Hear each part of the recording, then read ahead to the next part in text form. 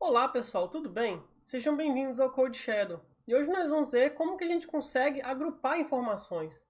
Até o momento, nós só vimos como declarar variáveis, como criar um vetor de elementos, Só que a gente lembrar, o vetor, todos os elementos têm que ser do mesmo tipo, Então a gente não consegue usar um vetor, por exemplo, para armazenar cada parte de uma entidade pessoa, por exemplo. Vamos supor que uma pessoa ela tem um nome, um CPF, talvez, um número, um telefone, um endereço, uma data de nascimento. E se a gente só tem variáveis, e vetores, fica difícil da gente, controlar essas informações. Como é que a gente teria, por exemplo, várias pessoas? Você vai fazer um vetor de nomes, um vetor de data de nascimentos, um vetor de telefones, um vetor de endereço, E aí? A gente pode convencionar, se está no mesmo índice, então é relativo à mesma pessoa. Então, sei lá, se Maria está no índice 3, é de se esperar que data de nascimento 3 seja da Maria, que o endereço 3 seja da Maria, Só que está tudo solto, Não tem uma unidade ali que junta essas informações e fala, olha, isso aqui é uma pessoa só, E esses dados estão interligados. Fora dessa nossa abstração, de ter o índice como sendo um elemento aí. Então como é que a gente consegue fazer isso de uma forma melhor? Vamos incluir aqui a string, que a gente vai usar ela. E o que acontece? Só para a gente começar, então vamos supor aqui que a gente tivesse uma string que fosse conter o nome, uma string name. E sei lá, a gente pode colocar um inteiro para ser, sei lá, o telefone dessa pessoa. Poderia usar string, você poderia usar algum outro tipo de coisa, Vamos colocar int aqui só por facilidade. Então, para agrupar aquilo ali, a gente tem duas formas de fazer. Uma delas é usando structs. Então, para a gente declarar uma struct, a gente vai usar a keyword struct. A gente vai dar um nome para essa nossa struct. A gente vai abrir chaves, colocar um ponto e vírgula, para não esquecer. E aqui dentro a gente vai definir o que a gente quer que tenha nessa struct. A outra forma de fazer isso seria usando classes. É a mesma coisa. Só que agora, em vez de a keyword struct, a gente vai usar a keyword class. Em termos de funcionalidade, de como elas operam, de você poder declarar métodos e definir seu próprio construtor, essas duas coisas são iguais. São iguais, elas fazem a mesma coisa. A diferença entre elas é em termos do acesso. Mas a gente vai ver isso mais pra frente no vídeo. Vamos primeiro utilizar a struct. Então, a gente quer que esses dados sejam agrupados. Então, vamos simplesmente jogar esse dado aqui. E nome da struct? A gente não está modelando uma pessoa? Então, vou dar um nome aqui de pessoa. Esse é um padrão que eu gosto de usar. Quando eu declaro um tipo, eu sempre coloco a primeira letra como maiúsculo. Então, esse é o meu padrão, eu gosto de fazer dessa forma. Então, se eu vejo algo que começa em maiúsculo, eu sei que é um tipo, não é uma variável, não é uma função. Então, como é que a gente vai conseguir declarar um elemento dessa pessoa? É simplesmente a gente chegar aqui e falar que a gente quer declarar uma pessoa. Vamos chamar aqui a variável de pessoa também, só com P minúsculo. Com isso aqui, a gente criou um elemento dessa struct pessoa. Se a gente vier no terminal, a gente vê que o programa compila sem problemas. Então, beleza, a gente criou essa pessoa, mas como é que a gente acessa? Então, vamos tentar apresentar aqui esses dados na tela. Primeiro, a gente vai apresentar o nome, colocar aqui entre colchetes. E aqui, para a gente acessar, a gente vai utilizar o operador ponto. Pessoa ponto, o quê? Name. É o nome dela. E aqui a gente quebra uma linha. E aqui embaixo, vamos fazer a mesma coisa, só que para o telefone. A gente alinha aqui, só para ficar melhor de ler. E aqui a gente vai pegar o telefone dela. Vamos ver se esse programa funciona. Não tem nenhum erro de compilação. A gente simplesmente executa. A gente vê que o nome fica vazio. E o telefone tem esse valor maluco aqui. Se a gente rodar de novo, vocês veem que é um outro valor. Se a gente vê isso acontecendo no nosso programa, isso é um claro indicativo que essa variável está pegando lixo de memória. Voltando de novo nesse assunto de lixo de memória. Se a gente tem uma variável de um tipo básico, que a gente não inicializa, a maioria das situações a gente vai acabar com lixo de memória. Algumas situações específicas que essas variáveis elas são inicializadas para zero, Mas nesse contexto, por exemplo, ela vai pegar lixo de memória. Então, uma das coisas que a gente sempre tem que tomar cuidado é inicializar nossas variáveis. E como é que a gente consegue fazer isso? quando a gente está utilizando structs? Uma forma de fazer isso seria a gente definir aqui. O valor padrão de fone, sei lá, vai ser 0 ou menos 1, né? Dependendo de como você vai tratar erros no seu programa, né?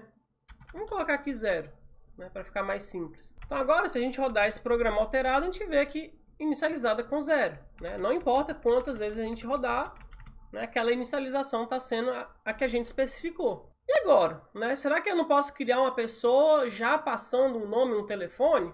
Claro que a gente pode. Né? A gente usa aqui as chaves. Vamos passar um nome aqui, sei lá, Júlia.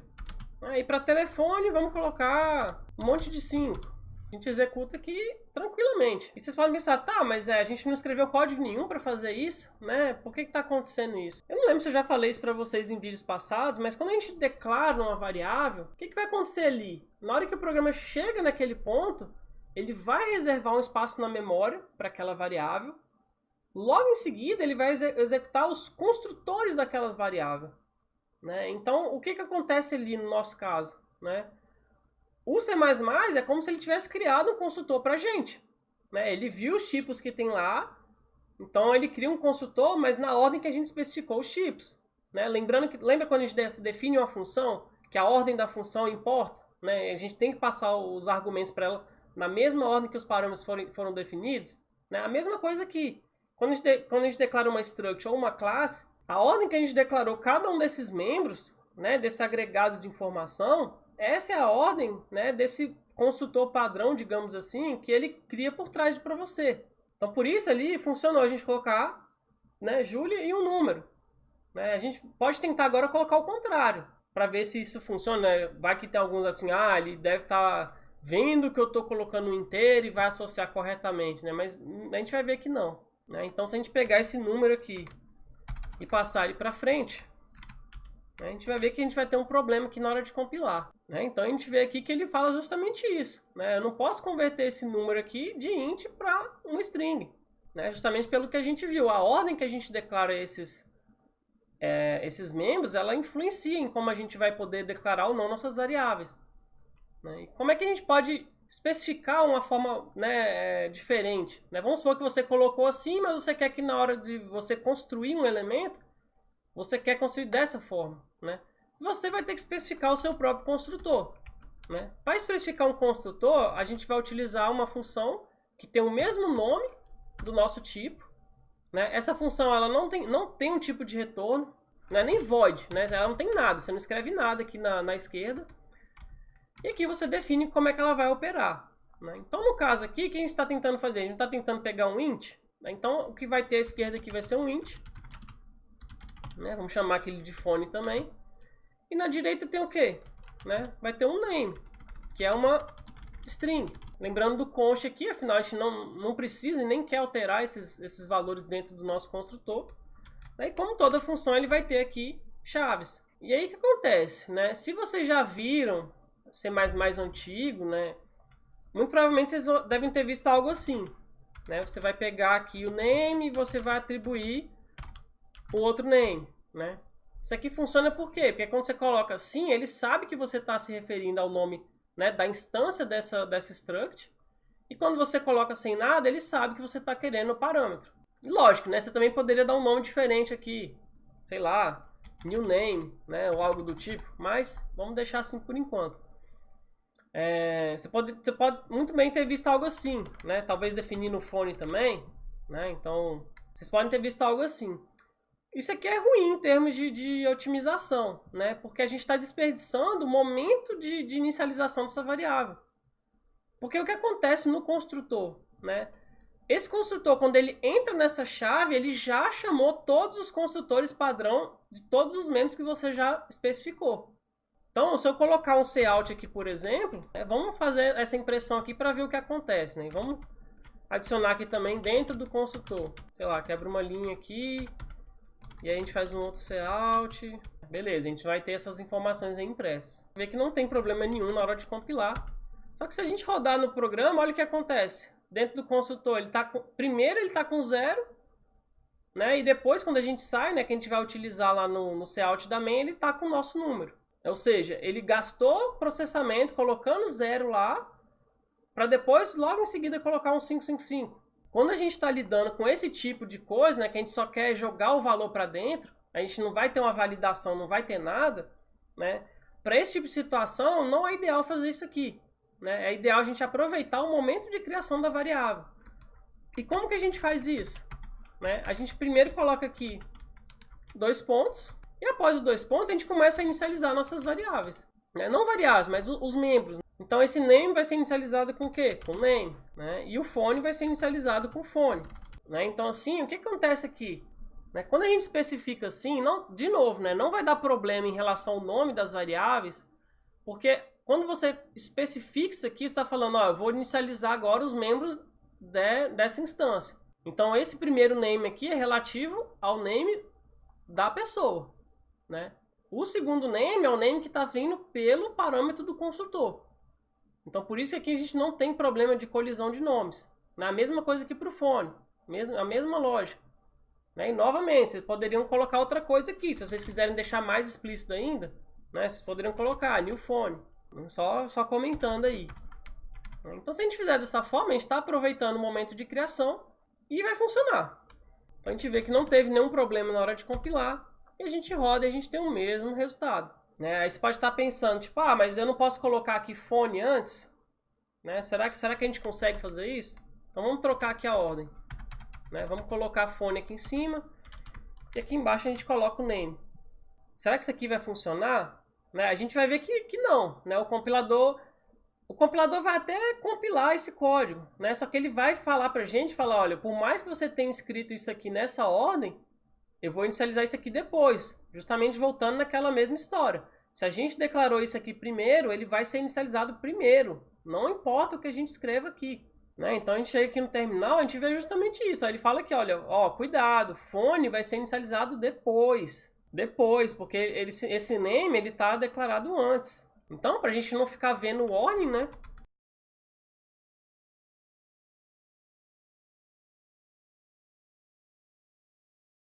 A gente, lógico, vai declarar isso aqui na ordem correta, que ele espera.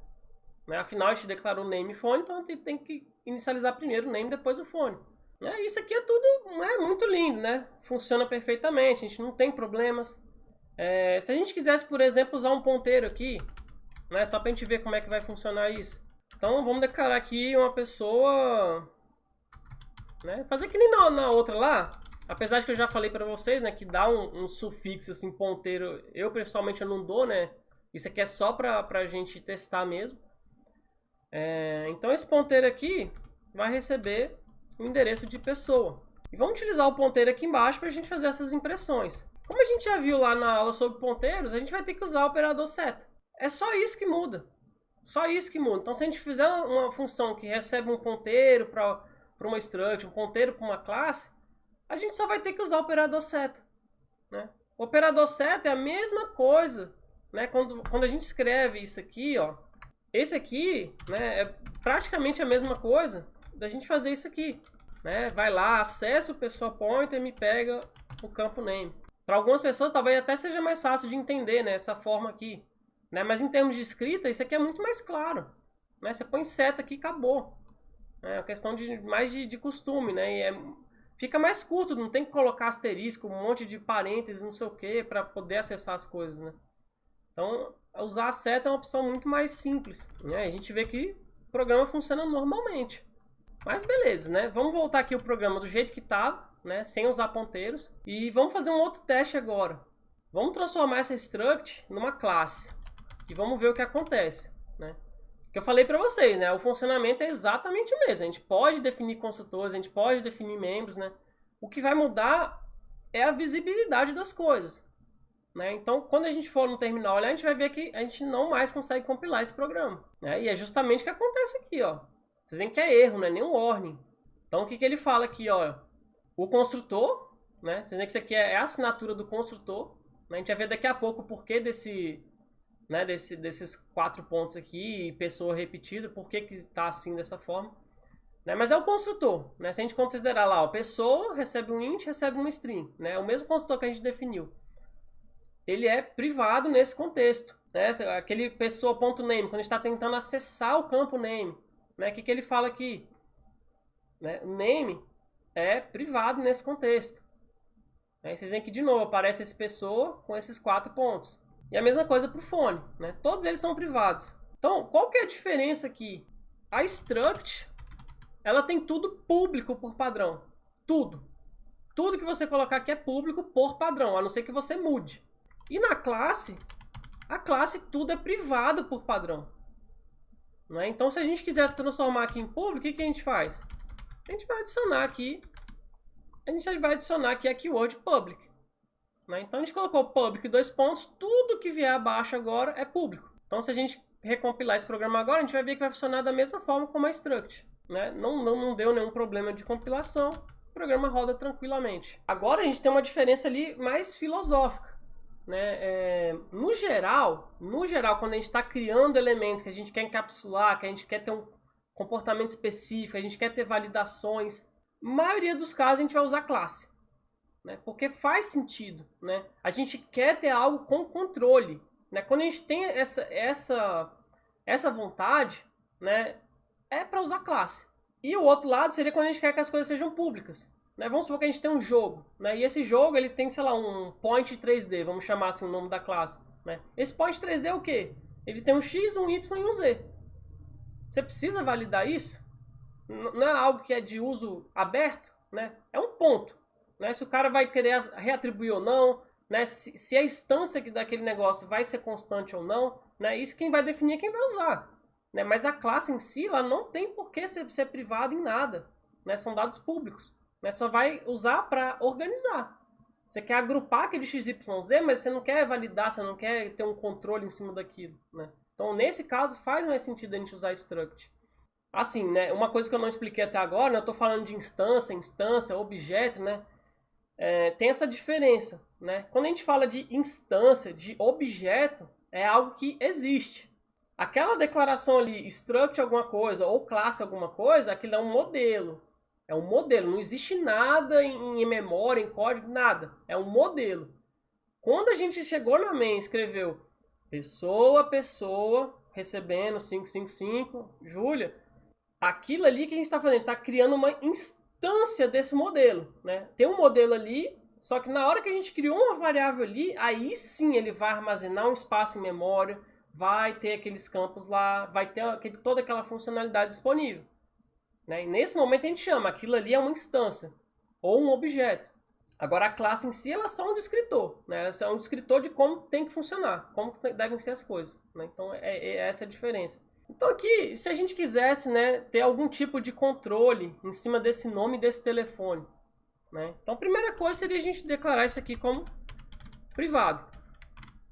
Né? Esse programa, novamente, ele não vai ser compilável. A gente vem aqui no terminal e é justamente, a gente não consegue chamar agora namephone, porque eles estão privados agora, mas o erro sobre o construtor sumiu. Né? Afinal, a gente definiu que o construtor agora é público. Antes da gente continuar, né, algumas pessoas podem pensar, né, mas por que eu estou definindo aqui embaixo? Né? Porque nesse caso eu tenho que colocar essa palavra private. Né? Por que eu não pego isso aqui, declaro aqui em cima, né? Ou seja, põe tudo privado aqui em cima e quando for público eu coloco a keyword. Isso tem algum sentido, né? É um pensamento válido, né, até da gente considerar. Mas eu pessoalmente eu não gosto. Por que eu não gosto? Né? Uma das coisas é em termos de você ser mais explícito. Então, ter a keyword private, né, public, private, a gente vai ver depois também que existe uma outra keyword chamada protected, né, mas eu só vou mostrar ela quando a gente vai ver na herança. Mas eu acho melhor já ter essas coisas explícitas. Né? No caso de struct não, porque struct é uma coisa que é mais fácil, né? Até para quem vem do C e tal, é muito mais fácil você já olhar uma struct e já saber que é tudo público. Né? É uma coisa que, até se a gente adotar, né, esse padrão de código, né, de tipo assim, se a coisa for pública é struct, né, e se precisar ter controle vai ser classe, etc. Né? Isso já fica natural pra gente. Né? Agora em termos da classe, né? A primeira coisa é esse negócio que eu falei, de você ter explicitamente onde que é público, onde que é private, né? Onde que é protected, que a gente não vai ver nesse vídeo. Né? Uma outra coisa também é em relação à interface. Né? Se você já viu Java ou alguma coisa assim, eu não estou falando de interface como sendo sei lá, um recurso da linguagem. Né? Não estou falando uma interface, né? Uma coisa que eu posso definir, não. Né? Eu estou falando aqui mais em sentido, né, português mesmo. né? Como é que você interage com o seu celular, né? Você olha o que ele te dispõe na tela ali, ou você está vendo o código que ele está rodando atrás, né? Você não precisa ver o código. Você tem um botão lá, desligar, né? Clica lá e vai abrir uma aplicação X, né? Aquela interface que ele te dispõe, né? A mesma coisa aqui a gente tem em relação aos elementos públicos, né? O que interessa pra gente, para utilizar a classe, não é os elementos públicos. O que eu posso fazer com essa classe? Como que eu declaro ela? Que métodos eu posso chamar? Tem algum campo que é público que eu posso acessar diretamente ou não tem? Né? Então, essas são as informações que você precisa para utilizar. Né? Então, justamente por isso, eu particularmente, prefiro declarar tudo que for público antes e depois eu coloco o keyword private para voltar a ser private, né? E ali embaixo eu descrevo tudo que for private. E quando a gente vê protected, né, também eu sigo essa ordem, né? Então, faço primeiro o public, depois o protected, né? Quando a gente vê isso aí vai fazer algum sentido. E depois, logo em seguida, os privates. Né? É a ordem que eu gosto de utilizar, né? Mas lógico, né? Sempre voltando naquele assunto, né? Cada um vai ter um gosto, cada um vai ter... cada empresa, né? Vai ter o seu próprio guia, né? De estilo de código, né? Então... Né? Mas só para vocês entenderem, né? O porquê que eu coloco nessa ordem aí. Né? Então, vou voltar essas coisas para baixo. E aqui vamos supor que a gente quer controlar o acesso, né? A gente transformou isso aqui em private, né? Então, se a gente quer ler aqui embaixo, a primeira coisa que a gente precisa é ter alguma coisa que leia, né? Então, um padrão que muita gente usa é usar aqui o tal do getName. Vamos definir aqui essa função. Então, esse nome vai fazer o quê? Ele não basta retornar aqui o name, né? Mesma coisa aqui para o phone. Vai ter uma função que ela retorna inteiro. Vamos chamar aqui de getPhone. Essa função, ela retorna o phone. Só isso. Então, se a gente chegar aqui embaixo, vamos transformar esses dois aqui em get. E a gente tem que adicionar aqui os parênteses, né, para chamar o método. A gente quer chamar o método getName e ele vai retornar o nome contido. A gente volta aqui no terminal, a gente vê que compilou sem problemas. E rodando a gente vê que o programa continua funcionando tranquilamente. Mas como eu falei, né, a gente quer fazer isso para ter alguma restrição no acesso, né? Às vezes uma validação. Né? Então, além desse get, o que a gente poderia ter aqui? A gente poderia ter uma função, né, para setar esse nome. Novamente, usando aquele padrão clássico, né, de a gente fazer aqui. Nesse caso aqui, vamos utilizar new name, né, para o nome do parâmetro. Né? Fica mais legível dentro dessa função. Né? E aqui vamos fazer alguma coisa. Né? A gente sabe que a gente vai ter que fazer uma reatribuição. Nosso name aqui muito provavelmente vai receber esse new name. E se ele for receber, a gente vai ter que retornar aqui um true. Notem que eu coloquei esse booleano de retorno. Né? Por que disso? Porque quando a gente fizer uma validação, vamos supor que a gente vai pegar esse new name e a gente vai verificar se o tamanho dele seja pelo menos maior do que, sei lá, maior que 3. E se não for, né, a gente vai retornar aqui um false, né, pra gente saber que se deu algum problema, né. Só que o que acontece aqui, né, isso aqui é uma pegadinha, né, do jeito que eu falei pra vocês, parece até que isso aqui faz sentido, né. Só que o que esse código faz? Se o nome tiver maior do que 3, retorna falso, né. Só que maior do que 3 não é um nome válido, né. Então se a gente está querendo verificar erro aqui, a gente tem que ver o contrário, né. Se for menor ou igual a 3... aí que vai dar um erro. Né? E fazendo assim a gente consegue ter a nossa validação. E vamos testar isso aqui embaixo. Né? Vamos declarar uma outra pessoa aqui embaixo. Sei lá, vou chamar de pessoa 2 mesmo. Né? Não atribuir nenhum valor inicial. Né? E aqui a gente vai usar o nosso método. Então pessoa 2, setName. Vamos chamar de Zé, por exemplo. Vamos colocar isso no if. Se a gente não conseguir atribuir isso aqui, a gente vai colocar na tela, ó, nome inválido. A gente vai tentar atribuir esse nome, vai aparecer nome inválido e depois a gente já apresenta aqui embaixo se a gente conseguir alterar alguma coisa. Então, para quem está atento, né, já deve ter percebido que esse código não ia compilar. O que aconteceu aqui, olha, não tem nenhuma função, né, que eu consiga chamar passando vazio. Né? Se a gente traduzir isso aqui, o que isso aqui está falando? Né? Se a gente ver essa assinatura aqui, né, isso aqui é o quê? Ele está tentando achar um construtor vazio, um construtor que não recebe nada. Né? E por quê? Olha como a gente declarou o pessoa 2. Né? A gente passou alguma coisa, né, algum valor inicial? Não. Então o que ele espera? Ele espera chamar um construtor vazio. Então nesse caso aqui, como é que a gente resolve? Né? A gente poderia, por exemplo, declarar outro pessoa aqui, né, seria um construtor vazio, né? A gente pode declarar um construtor vazio, né, que ele vai utilizar as nossas definições padrão e esse programa vai compilar. A gente vê que pelo menos o programa compilou. Se a gente rodar, ok. O objeto que a gente tinha antes, né, a gente está atribuindo o Julia, aquele monte de símbolos, né, e o novo objeto que a gente está utilizando valores padrão, a gente não consegue definir o nome como Zé, né? Então o nome vai continuar tendo o valor inicial dele, que é vazio, e o telefone vai ter o valor 0, que foi o que a gente definiu.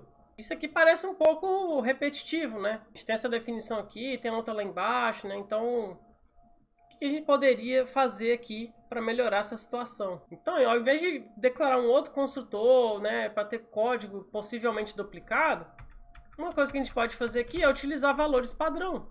Em vez de definir 0 aqui, vamos colocar aqui em cima. Esse vai ser o valor padrão do fone, né? Só que vocês lembram que o name também precisa ter um valor inicial. Então, se a gente fizer assim, o que vai acontecer aqui nesse caso?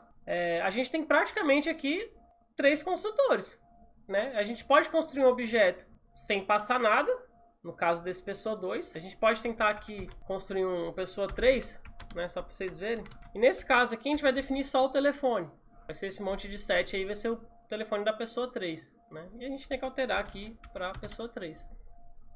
Então, dessa forma, a gente tem todos os testes, né? A gente tem o teste chamando o construtor que tem 2 parâmetros, um vazio e um passando somente o telefone. A gente vê que o programa compila sem problemas. A gente roda e tem justamente os resultados que a gente esperava, né? Aqueles valores que a gente definiu, os valores padrão, e o último vai receber o 777 que a gente passou. Então a gente novamente vê a utilidade aí de valores padrão. Só que aí está começando a ficar complicado, né? A gente pode até voltar aqui o zoom, né? Olha só, mesmo colocando num zoom normal, né? Esse aqui seria o zoom que eu utilizaria, por exemplo, se eu estivesse programando, né? Vai ficar ruim para algumas pessoas verem, né? Se você estiver no celular e etc, né? Mas só para a gente ter uma noção, ó, eu vou até dar um highlight aqui. Tudo isso aqui é a definição da nossa classe pessoa. São o quê? São 36 linhas. 36 linhas até chegar no nosso main.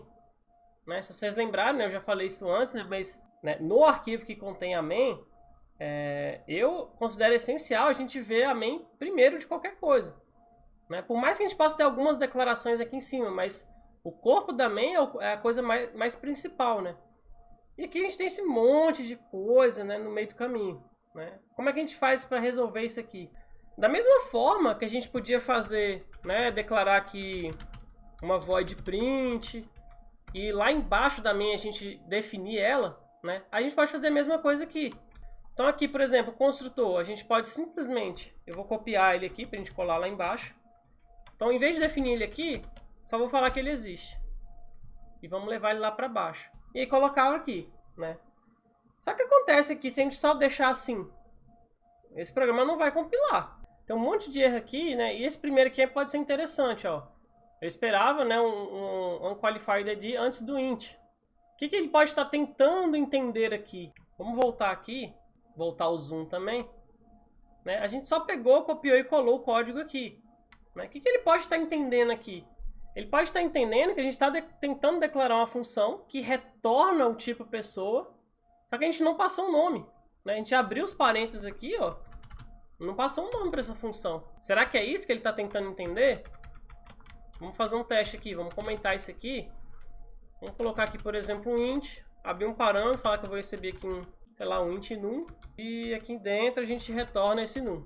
Se a gente voltar aqui no nosso terminal, é o mesmo erro. Então isso aqui, na verdade, ele está querendo o quê? Ele está esperando o nome de uma função. Era justamente o que aconteceu aqui embaixo. Então, como é que a gente faz para especificar? Olha, isso aqui é o construtor da minha classe pessoa. A gente vai ter que utilizar aquilo que a gente viu no terminal antes. Né? Aqueles 4 pontos lá, a gente vai ter que passar o nome. Né? E o que isso aqui significa?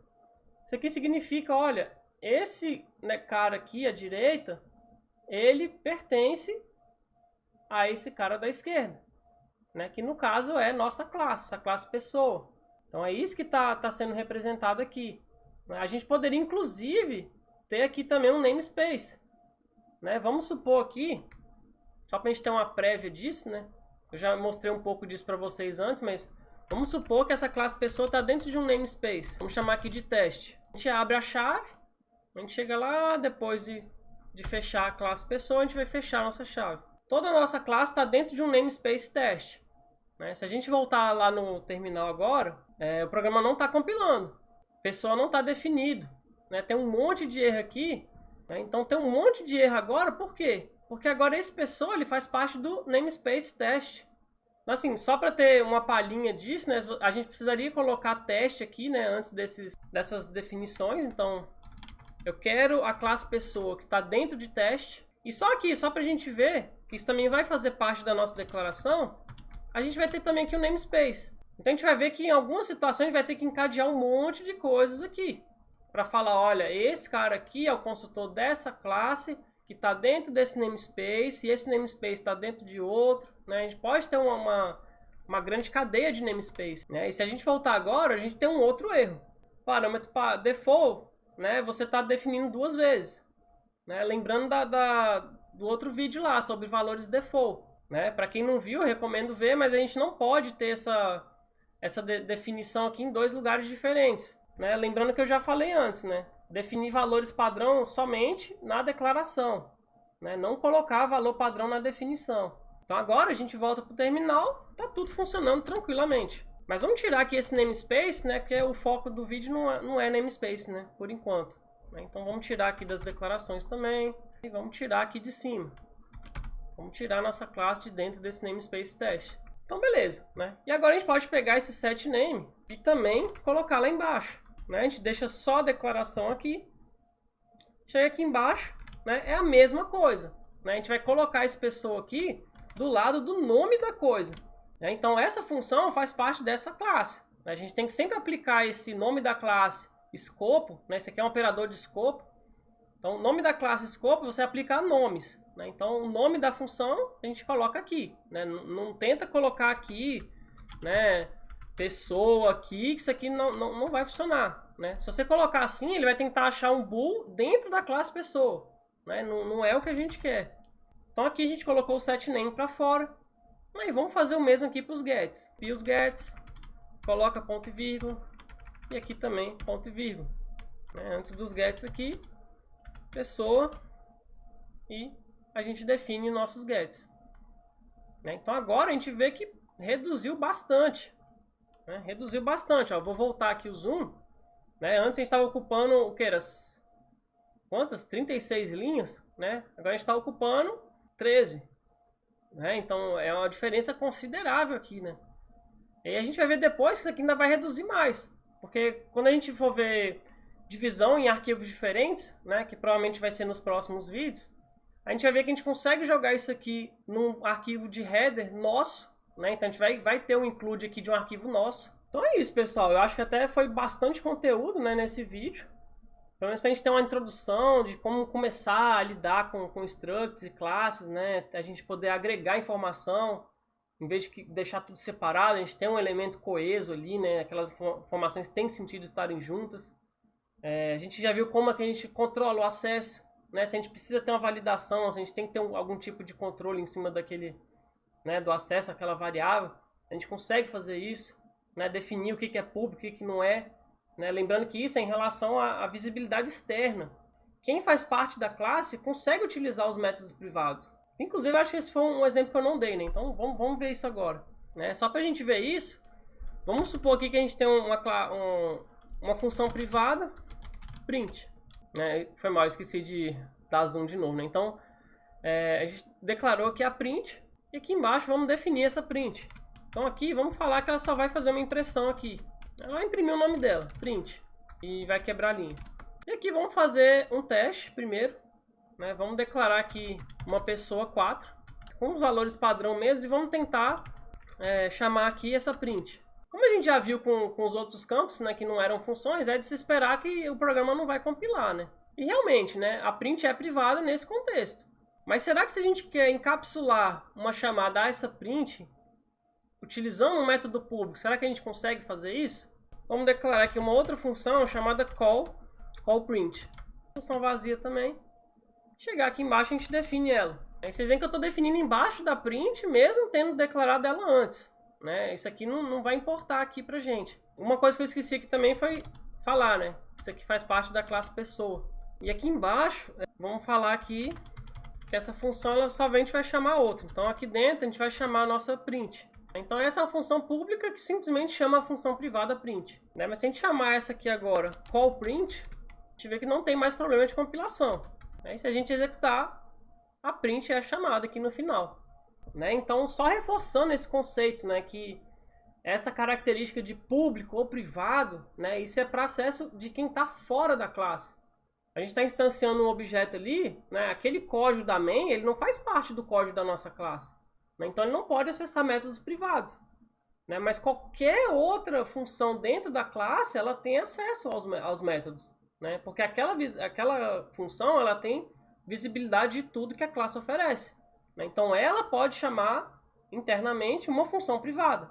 Né, mesmo ela sendo uma função pública, né? Um método, no caso, né? Para utilizar um termo mais correto, né? E acho que uma coisa que vai só diferenciar aí, nesse caso assim, de você poder acessar ou não, é quando a gente declara as coisas como constantes. Né? A gente vai ver isso em outro vídeo, porque esse vídeo já ficou até muito longo, mas quando a gente tem um objeto constante, vamos supor que eu declarei lá, né? Pessoa const pessoa, ou seja, aquele objeto ali agora, ele é um objeto constante, né? Eu não consigo chamar nenhuma função que a gente não tenha especificado que ela seja constante. Né? E vai ser uma outra aplicação de constante. Né? Então vou fazer um vídeo específico disso, porque a gente vai ter que, na hora da gente definir nossas funções, a gente tem que tomar um certo cuidado. Né? Então a gente vai ver essa diferença, né, em outros vídeos. Né? Mas só para vocês saberem que quando a gente trata de objetos constantes, a gente vai ter alguns detalhezinhos aí para ver. Então é isso, pessoal. Espero que tenha dado para entender tudo. Né? Mas lógico, né? Ficando qualquer dúvida, como já avisado em outros vídeos, né? A gente tem os comentários do YouTube, tem o canal no Discord, né? Então qualquer um dos dois vocês podem postar dúvidas e eu posso responder tanto né, ao comentário ou lá no Discord mesmo, ou mesmo fazendo mais vídeos, né? Explicando melhor algum assunto, né? Dependendo se for necessário ou não. Né? Então beleza, pessoal. A gente se vê no próximo vídeo.